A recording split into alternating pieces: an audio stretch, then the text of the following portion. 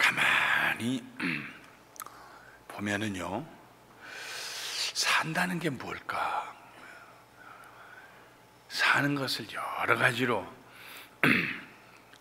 옛날에 라디오 프로그램 중에 한국에서 오래전에 한 40년 전에 40~50년 전에 척척박사라고 하는 프로그램이 있었는데, 산다는 것은 하면은 돌아가면서 한 5명이서 얘기하는데 얼마나 윗대 있게 얘기하는지 몰라요. 다 각본에 짜여진 것이긴 하겠지만 아주 윗대 있게 대답을 해요. 삶이 뭘까? 여러 가지로 얘기할 수 있는데, 뭔가를 집에 가지고 들어오고 그 다음에 집에서 갖다 버리는 거, 이것이 사는 것 같아요. 밥만 뭐 사가지고 집에 들어오잖아요. 그래가지고 보면 이것도 좋고 저것도 좋고 그래가지고 사다가 써야지 하는데 1년이 가도 못 쓰고, 어떤 건 한 번 쓰고 넣어놓고 마음에 안 들고, 그래서 뭘 가지고 지금 개미처럼 그냥 밤낮 구멍으로 물 물고 들어가는 것처럼 집으로 가지고 들어와요. 예. 그리고 나서는 또 이제 놀 데가 없으니까 또 그걸 갖다 버려요. 또 이제 자꾸 버려요. 근데 옛날에는 그렇게 많이 가지고 들어오질 않았어요. 옛날에 여기 나이 드신 분들이 어렸을 때, 젊었을 때 겨우 이제 일하고 먹을 거 그거 가지고 들어오잖아요. 뭘 그렇게 치장해 놓은 게 어디가 있습니까? 그죠? 몇십 년 된 농짝 그냥 그대로 있고, 새해 국회의원이 보낸 달력 한 장, 12달 한 장에다 돼 있는 거 그거 갖다 붙여놓으면은 1년 내내 파리가 거기는 무슨 더 좋은 자리인 줄 알고 앉아가지고 새까맣게 똥을 싸놔가지고 그저 12월쯤 되면은 파리 똥이 가득 묻어있는 저 큰 소리 내고 웃는 사람 내 아내요. 그거 1년 12달 다 오면 새로 달려오면 이제 그때 그거 찢어서 버리는 거. 그러니까 옛날에는요, 내다 버릴 게 별게 없었어요. 옛날에는 동네 앞에 냇물이 흘러가면은요, 거기 무슨 쓰레기가 쌓일 리가 없어요. 버릴 쓰레기가 뭐 있어요? 들어오는 것도 없는데 나갈 것도 없죠. 그런데 어느 순간부터인가 동네 앞에, 제 고향 동네를 가보니까 동네 앞에 그 깨끗했던 시냇물이 졸졸졸 말라서 흘러가고 그리고 그 앞에가 별게 다 쓰레기가 쌓여있더라고. 냉장고부터 시작해가지고 그냥 타이어까지 그냥 별게 다 쌓여. 이건 그 머릿속에 그리던 아름다운 동네가 아니라 쓰레기창이 돼서 쓰레기창이에요. 네. 우리 집도 그러잖아요. 옛날에는 별거 없었는데 뭘 갖다가 쌓을 곳이 없도록 갖다가 쌓아놓는 거예요. 그냥 쌓아놓는 거. 이사 갈 때마다 버려야지 하면서도 그래 이사 가서 버려야지. 그리고 가서 또 그거 가지고 있다가 또 정도의 차이는 있지만 다 똑같은 것 같아요. 그런데 정말 균형 잡힌 삶을 살고 여유가 있는 삶을 살고 그러려면은 들어오는 것하고 나가는 것하고 비율이 맞아야 돼요. 들어오기는 하는데 나가지가 아니하면 집이 꽉 차서 발디딜 틈이 없고요. 또 너무 많이 가지고 들어오면은 갖다 버리는 것이 너무 많아가지고 속상해요. 네. 너무 많이 버려요. 네. 소비가 미덕인 문화사회, 이 문화가 되면 온다면서 광고 어떻게 하더니 막 사게 만드는 거잖아요. 네. 요즘에는 그냥 인터넷으로 전부 옷을 사기 때문에 젊은 애기 엄마들이요, 가서 마켓에 가서 옷가게에 가가지고 이렇게 재보고 하나씩, 여보 이게 나 이런 시대는 지나갔어요. 이제는요 인터넷으로 주문을 하는데 박스로 주문해요. 박스로요. 한 30벌 정도 박스로 주문을 해요. 다. 저기 이런 옷가게, 여기 있는 가게 같은 이 가게도 있고 인터넷도 하는 큰 그런 프랜차이즈에서 그래가지고 전부 다 오면은 전부 봐서 그 중에서 한 30개 중에서 좀 괜찮은 거 5개 정도 고르고 나머지는 다 리턴. 이야, 그러고 산대요. 그러고 사는 사람을 내가 봤어요. 그러니 참 요즘엔 장사하기도 힘들게 생겨요. 그걸 또 다 리턴해 놓으면 그걸 또 어떡하겠어요. 근데 할 수 없어요. 또 그렇게라도 해서 팔아야 되니까. 전체가 소비가 미덕이 돼가지고 막 그냥 제가 무슨 얘기를 하려고 이렇게 긴 얘기를 하려고 하냐면 회개에 대한 얘기를 하려고 합니다. 여러분 저 시편 51편으로 가시기 바랍니다. 시편 51편. 여기 제가 말씀을 나누면서 읽어가겠습니다. 성경에 가장 중요하게 그리고 자주 우리가 사용하는 말 중에 하나가 언어가 감사입니다. 감사는 끝없이 하게 되고 해도 모자란 것이 감사예요. 그런데 감사 못지않게 우리가 계속 해야 될 말이 뭐냐면 회개라는 말입니다. 회개예요. 매일 아침 씻는 것처럼, 매일 잠자리에 들기 전에 씻는 것처럼 우리는 늘 회개하는 것이 우리의 습관이 돼야 돼요. 항상 자기를 둘러보고 내가 회개할 일이 없는가. 다윗이 죄를 범할 때에 우리아의 아내 밧세바를 탐욕이 생겨가지고 데려다가 강탈하고 오늘날로 얘기하면 성폭행을 한 거죠. 그리고 나서 애를 가졌다는 소식을 듣고 나서 그 남편을 아람 군대에게 맞아 죽게 만듭니다. 간접 살인을 했어요. 아무도 모를 줄 알았어요. 그런데 하나님의 선지자 나단이 찾아왔습니다. 그리고 다윗을 책망했어요. 하나님께서 당신에게 주지 아니하신 것이 뭐가 있느냐? 여인이 더 필요하다 그러면 더 주셨을 것이다. 그런데 내 충성된 종 우리아의 아내를 빼앗아가고 하나밖에 없는 아내를 빼앗아가고 그리고 그것을 덮기 위해서 그 죄를 덮기 위해서 그 남편을 죽게 만들어 그리고 하나님께서 꾸짖으셨어요. 다윗이 얼마나 어리석어요. 하나님도 속일 줄 알았어요. 다윗이요. 죄가 들어오면은요 사람들이 그렇게 어리석어집니다. 사람도 속이고 하나님도 속일 줄 알아요. 하나님이 보시지 않는 게 어디 있습니까? 하나님 다 보고 계시는데. 하나님께서 나단 선지자에게 말씀하십니다. 회개하는 다윗 앞에 하나님도 당신을 용서했습니다. 그러나 당신은 몰래 그 짓을 했지만은 그러나 백주의 다른 사람들이 당신의 아내들을 데려다가 다른 사람들 보는 앞에서 그 짓을 할 겁니다. 그리고 당신의 집에서 칼이 떠나지 아니할 것입니다. 그렇게 얘기를 해요. 그리고 그때에 있었던 그 일로 인해서 다윗이 시를 지었어요. 그때 회개하면서 시를 지은 시가 시편 51편입니다. 우리 51편을 여러분 보세요. 제가 읽어가면서 말씀을 나누겠습니다. 하소서 해주소서 하는 거기에다가 특별히 관심을 가지고 보시기 바랍니다. 그 시의 제목이 다윗의 시 인도자를 따라 부르는 노래. 다윗이 밧세바와 동침한 후에 선지자 나단이 그에게 왔을 때에 회개하면서 지은 시입니다. 무슨 책망하는데 내가 시를 한 수 지으겠습니다 그랬겠어요? 아니요. 다윗이 하나님의 전에 가서 엎드려서 울고 부르짖고 회개하면서 했던 말을 그가 시적으로 다시 모아가지고 노래하도록 두고두고 사람들이 거기다가 곡을 붙여가지고 노래하도록 그리고 사람들이 그 노래를 부르면서 이게 무슨 노래지? 아이고 다윗이 밧세바를 범하고 난 다음에 회개하면서 부른 노래였다고 그렇게 부르도록 다윗이 작사해 놓은 것입니다. 다윗은요 참 특별한 데가 있어요.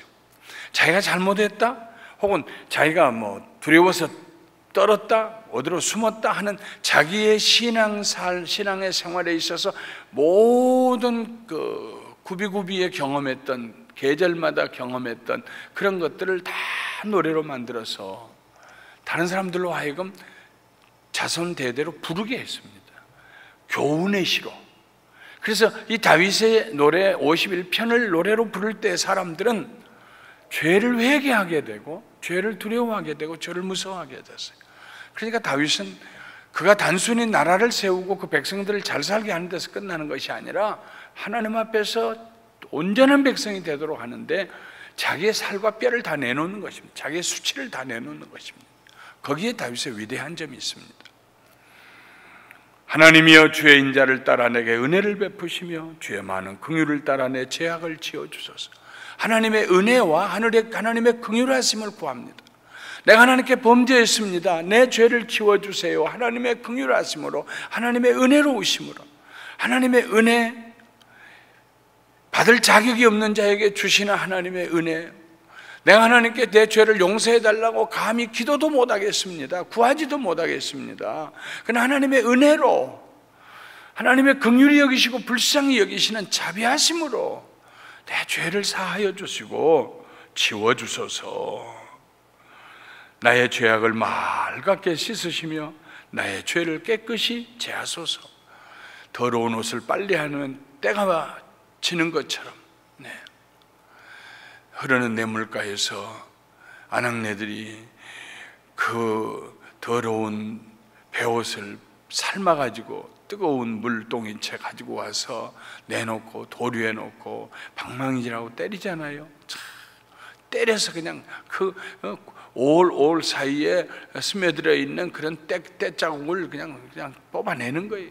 그래서 또 흘러가는 물에 흔들어 가지고 놓고 또 때리고 또 흔들고 또 때리고. 내 죄를 맑게 씻어 주시옵소서. Wash away all my iniquity and cleanse me from my sin. 내 죄를 깨끗하게 하시고 내 모든 허물을 빨아주세요. 세탁기에 넣고 빨듯이 빨아주세요. 요즘은 세탁기가 잘 깨끗하게 안 지는 것 같아요. 늘 제 아내가 불평이, 아이고 깨끗하게 안 된다고 자꾸. 옛날에처럼 방망이로 때려야 되는 것 같아요. 네. 하나님, 내 죄를 좀 뽑아주세요. 이게 그냥 용서 정도가 아닙니다. 내 죄가 내 영혼과 내 의식세계와 내 생각과 이게 스며들어와 있어서 어떻게 할 수가 없는, 그냥 이게 골골이 스며들어와 있는 이것을 좀 뽑아내 주세요. 맑게 씻어 주세요. 좀 빨아주세요.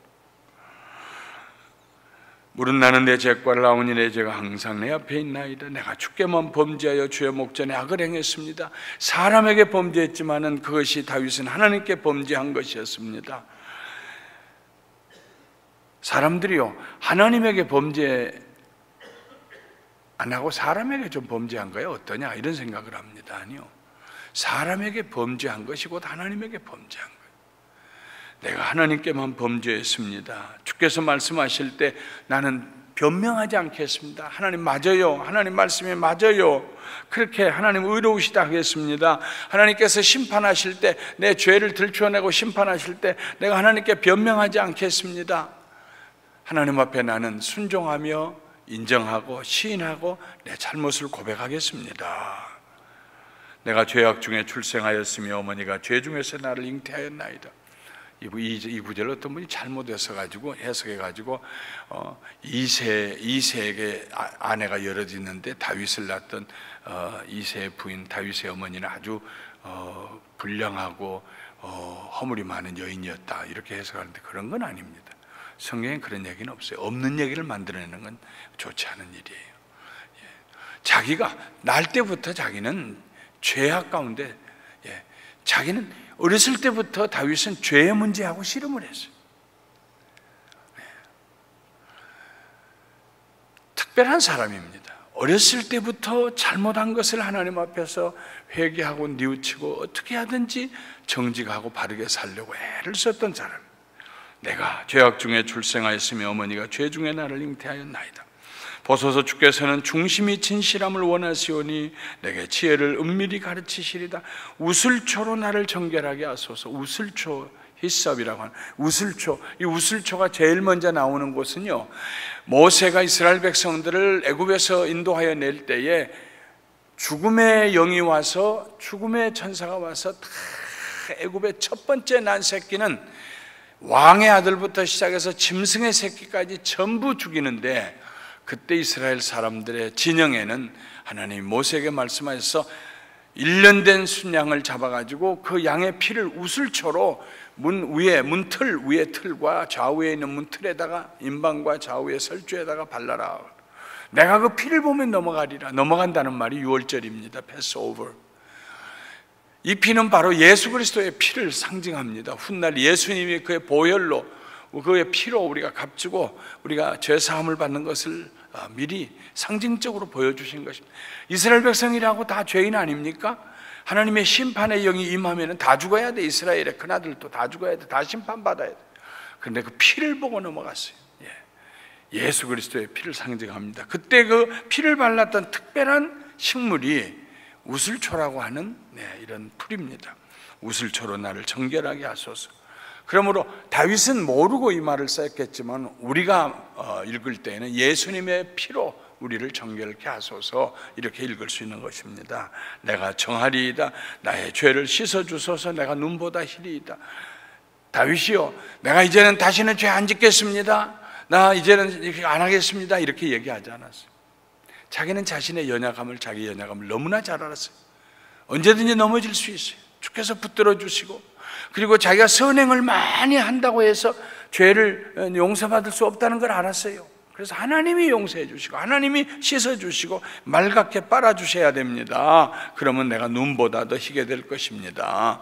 내게 즐겁고 기쁜 소리를 들려주시사 주께서 꺾으신 뼈들도 즐거워하게 하소서. 내게 즐거움을 회복시키소서. 즐거움을 회복시키소서. 여러분, 즐거움이라는 것은요, 참 하나님 주신 우리에게 주신 놀라운 선물입니다. 새해 2014년에 여러분들 기뻐하고 즐거워하며 사시기를 주님의 이름으로 축원합니다. 즐거워하고 기뻐하며 사는 것보다 더 복된 일이 없어요. 가만히 있어도 입꼬리가 싹 올라가는 웃음이 슬그머니 나와요. 그런 일들이 1년 내내 있으면 얼마나 좋겠어요? 네? 얼마나 좋겠어요? 하나님 내게 기쁨을 회복시키시고 즐거움을 회복시키시고, 꺾어진 뼈가 꺾어진 것 같은 아픔이 왔어. 내가 어떻게 하나님께 그렇게 할 수 있었나? 내가 어떻게 충성스러운 신하를 죽이고 그 아내를 뺏을 수가 있겠나? 자기의 뼈를 꺾는 것 같았어요, 다윗이요.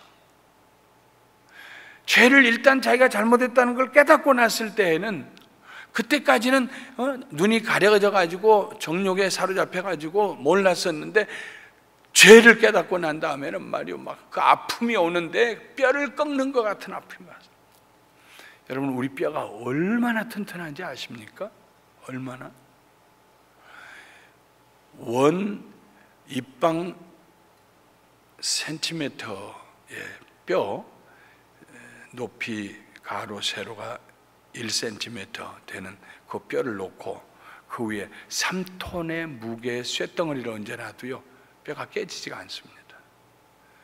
이 우리 뼈가 엄청난 단단한 것입니다. 그런데 오죽이 몸을 집어 던졌으면 뼈가 부러지겠어요. 그러니까 뼈가 부러진 분은 보통 힘으로 부러뜨린 게 아니에요, 그게. 그런데 다윗은 자기 뼈가 부러지는 그런 아픔을 느꼈어요. 뼈가 막 우두둑하고 부러진다. 세상, 내가 어떻게 이럴 수가 있어요? 견딜 수가 없었어요. 슬프고 비통하고, 하나님 내 죄를 용서하시고 내 죄를 씻어주시고 맑게 씻어주세요. 그래서 내 꺾어진 뼈, 그 뼈가 다시 치료되고 즐거움이 회복되게 해주세요. 기쁨이 회복되게 해주세요.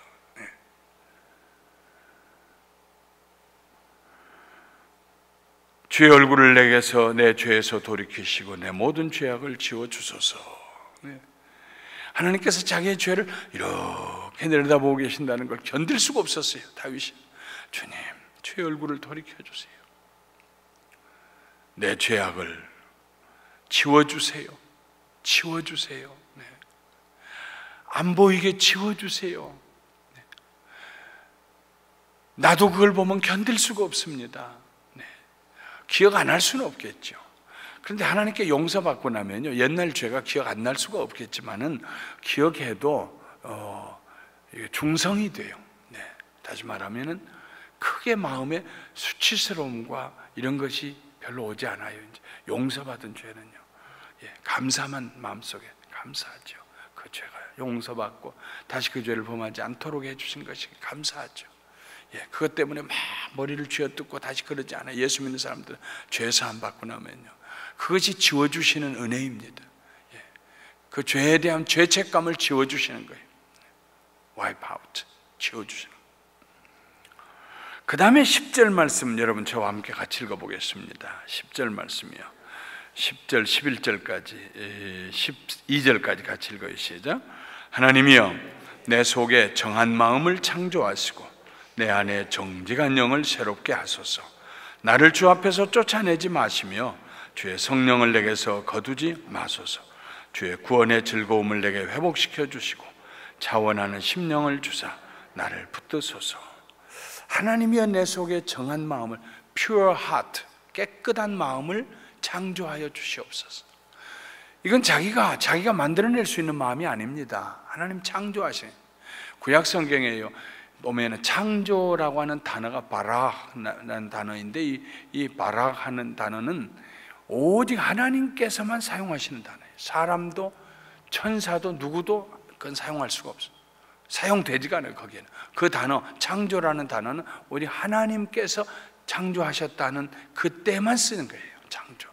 하나님께서 내게 pure heart, 청결한 마음, 깨끗한 마음을 창조해 주시옵소서. 창조해 주시옵소서. 하나님께서 다윗에게 창조해 주신 마음이 있어요. 정직한 영, 하나님을 절대 의지하는 마음. 그런데 그가 타락했어요. 범죄했어요. 그러니까 오염이 됐어요. 그의 마음이 더럽게 오염이 됐어요. 다윗이 자기 힘으로 그 마음을 다시 돌릴 수가 없어요. 씻을 수가 없어요. 다윗은요 지혜로웠습니다. 그래서 얼른 하나님께 엎드려서 기도하기를, 내 속에 정한 마음, 청결한 마음 창조해 주세요. 하나님만이 하실 수 있습니다. 창조해 주세요. 내 속에 정한 마음을 창조하시고 내 안에 정직한 영을 새롭게 하소서. 여기서 정직한 말은 steadfast라는 말, right spirit, 바른 영, 내 영이 바로 서게 해주세요. 구부러졌습니다. 바로 세워주세요. 바른 영이 되게 해주세요. 깨끗한 마음, 바른 영, 이것을 창조해 주세요. 내 속에. 나를 주 앞에서 쫓아내지 마시며 주의 성령을 내게서 거두지 마소서. 주의 성령을 내게서 거두지 마시고 나를 주 앞에서 쫓아내지 마소서. 주의 구원의 즐거움을 내게 회복시켜 주시고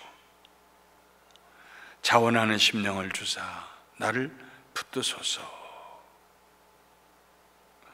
하나님을 다시 마음껏 사랑하고 섬길 수 있는 그런 마음을 내게 주시옵소서. 그리고 나를 그렇게 살 수 있도록 깨끗한 마음과 바른 영으로 또 하나님 앞에 자원하는 마음을 가지고 주를 섬기며 살 수 있도록 저를 붙들어 주시옵소서. 근데 제가요 이 말씀 51장을 묵상하다가 이 10절 말씀이 제 마음을 굉장히 감동을 줬어요. 다윗이 이렇게 기도할 수 있잖아요. 하나님, 저의 명예를 회복시켜 주세요. 그렇게 기도할 수 있잖아요.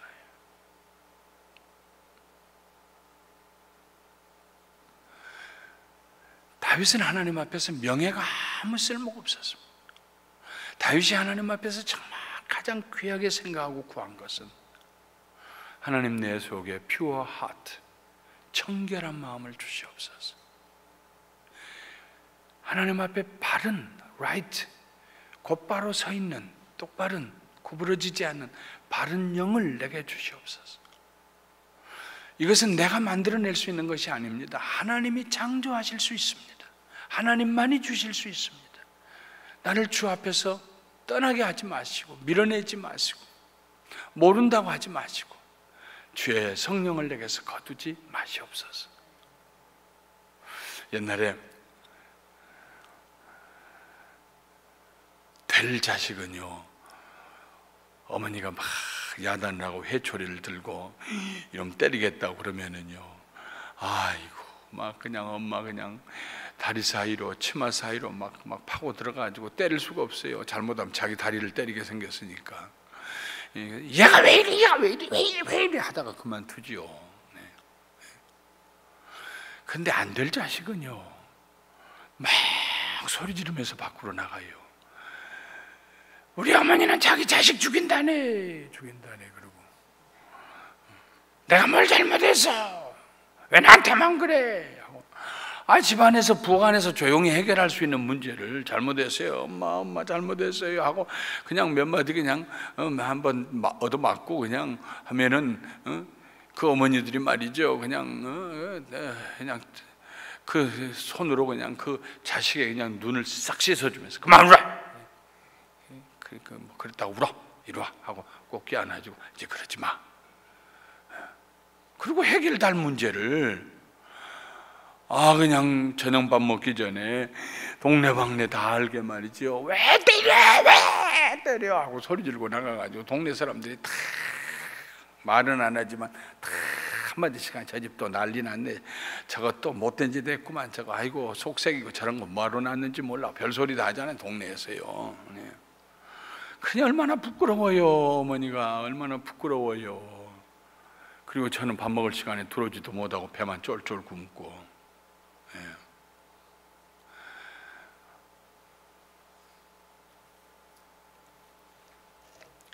다윗이요, 다윗이 그냥 있는 대로 하나님 품속으로 기어들어옵니다. 자기가 잘못했고 부끄럽게 잘못했고 수치스럽게 잘못했는데 문제의 해결은 다른 데 있지 않다고 생각했어요. 자기가 더 잘하면, 앞으로 잘 살면 이것도 문제 해결이 아니요, 이미 저질러 놓은 이 일을 어떻게 해요?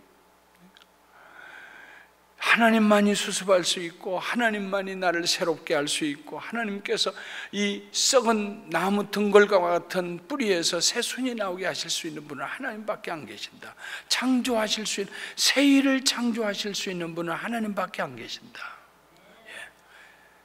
우리가 살다 보면 우리의 삶이 어떤 때 망가질 때가 있잖아요. 부끄러워질 때가 있잖아요. 그때 거기에서 다시 새 싹이 나게 하고 새 줄기가 일어나게 하고 새로운 나무가 생겨나게 자라나게 하는 것은 창조주 하나님의 하시는 일이고 하나님만 하실 수 있는 일, 근원적인 문제가 해결되는, 근원적인, 덮은 것이 아니라, 죄를 덮는 것이 아니라 다 씻어서 맑게 씻어서 빨아서 흔적도 없이 지워주시는 이 일은, 이런 창조적인 일은 하나님만이 하실 수 있는 일이에요. 그래서 하나님 창조, 만물을 없는 가운데서 말씀으로 만물을 창조하신 하나님, 내 속에 새 영을, 정직한 영을 창조하여 주시고 바른 영을 창조하시고 정직한 마음을 새롭게 하시고 창조하시고 주 앞에서 나를 쫓아내지 마시고 주의 성령을 거두지 마옵소서. 그러면서 혼자 가만히 생각했습니다. 하나님은 누구를 사랑하실까? 하나 우리가 알아야 할 것은요, 세상에 죄 없는 사람 아무도 없습니다. 이러므로 기본적으로 우리는 죄인이라는 것을 아예 이름표 달고 들어가야 합니다. 그럼 하나님께서 누구를 사랑하시겠어요? 죄 없는 자를 사랑하시겠어요? 죄 없는 자는 하나도 없다고 로마서 3장에 얘기했는데 누구를 사랑하시겠어요? 하나님의 인자하심과 긍휼의 의심을 의지하고 하나님의 은혜를 구하면서 하나님께 용서받기를 원하는, 그래서 늘 회개하는 마음을 가진, 회개하는 상한 마음을 가진 사람, 이것이 아주 몸에 배어있는 사람이에요. 작은 일에도 주님, 어떻게 제가 그런 생각을 하죠? 그 생각이 아직 마을로 표현되지 않았고 그런 행동을 하지도 않았어요. 그러나 하나님께서는요, 우리를 감찰하시는데 우리의 전후 좌우를 둘러보시고 우리의 생각을 아시고 우리의 말이 입에서 나오기 전에 아시는 하나님이세요. 하나님은 우리의 말을 들으시고 우리를 이해하시는 하나님이 아니라 우리의 마음을 들여다보시고 이해하시는 하나님이세요. 하나님, 어떻게 내가 그런 생각을 했죠? 용서해 주세요. 하나님, 이 pure heart, 깨끗하고 청결한 마음, 거기에 조금이라도 잔잔한 호수에 연못에 뭐 하나 떨어지면 파장이 일어나는 것처럼 알잖아요. 자기는 알잖아요. 그게 탐욕이라든지, 그게 미움이라든지, 그게 정욕이 되든지, 그게 음란이 되든지, 그게 무엇이 되든지 늘 주님, 제가 어떻게 이런 생각을 하죠? 주님 저를 용서해 주세요. 우리를 성전 삼고 하나님의 영이 우리와 함께 거하신다고 하는데, 하나님 거룩하신 하나님이신데 어떻게 거룩하지 못한 우리하고 함께 거하시겠어요?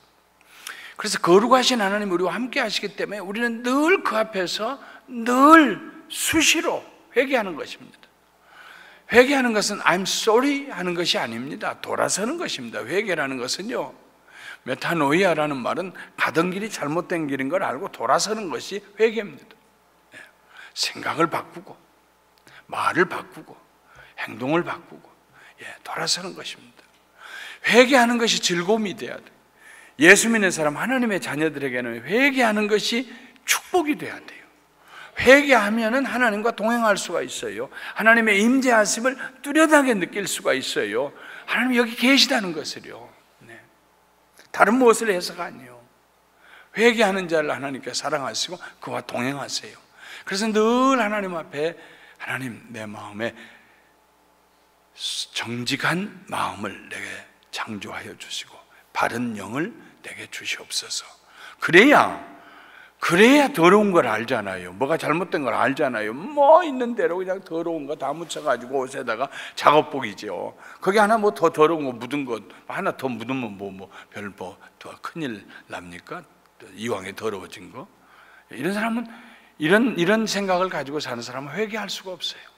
정직한 영, 정직한 마음. 하나님이 이런 마음을 창조해 주셔서 그가 깨끗하게 하나님 앞에 서 있을 때 비로소 뭐가 잘못되면 즉시로 알게 돼요. 즉시로 알게 돼요. 죽은 사람의 몸에는 아무리 못을 찌르고 송곳으로 찌르고 가시로 찔러도요 꼼짝 안 해요. 그러나 산 사람의 손에는 조그만 가시 하나만 들어가도요, 그게 어떻게 그렇게 거창스럽고 고통스러울 수가 뭐. 근데 우리가 그러면, 아이고, 여러분들 중에 누가 그런 질문을 하고 싶은 분이, 아이고 목사님, 세상 사는 것이 그렇게 단순한 거 아닌데 뭐 맘나 그러면 회개만 하다 어떻게 살아요? 일은 언제 하고요? 그런 질문하고 싶은 분이 있을 거예요. 그러나 하나씩 깨달아질 때마다 그거 하나만 딱 해결하면 돼요. 그 다음에 다시 정결하게 되는데, 또 하나 깨달을 때도 그래요. 정해. 하나님, 제가 너무 감정을 컨트롤하지 못해서 저 사람 마음에 상처 주는 말을 했습니다. 용서해 주세요. 그리고 거기서 끝나는 것이 아니라 다시 전화해서, 미안해요. 내가 너무 심하게 한 것 같아요. 미안해요. 내가 너무 심하게 한 것 같아요. 용서해요. 요 세 마디 말에 노할 사람이 아무도 없어요. 특별한 경우를 제외하고는요, 다 괜찮아요. 전화해 주셔서 고마워요. 그렇죠. 항상 부부 사이도 마찬가지잖아요.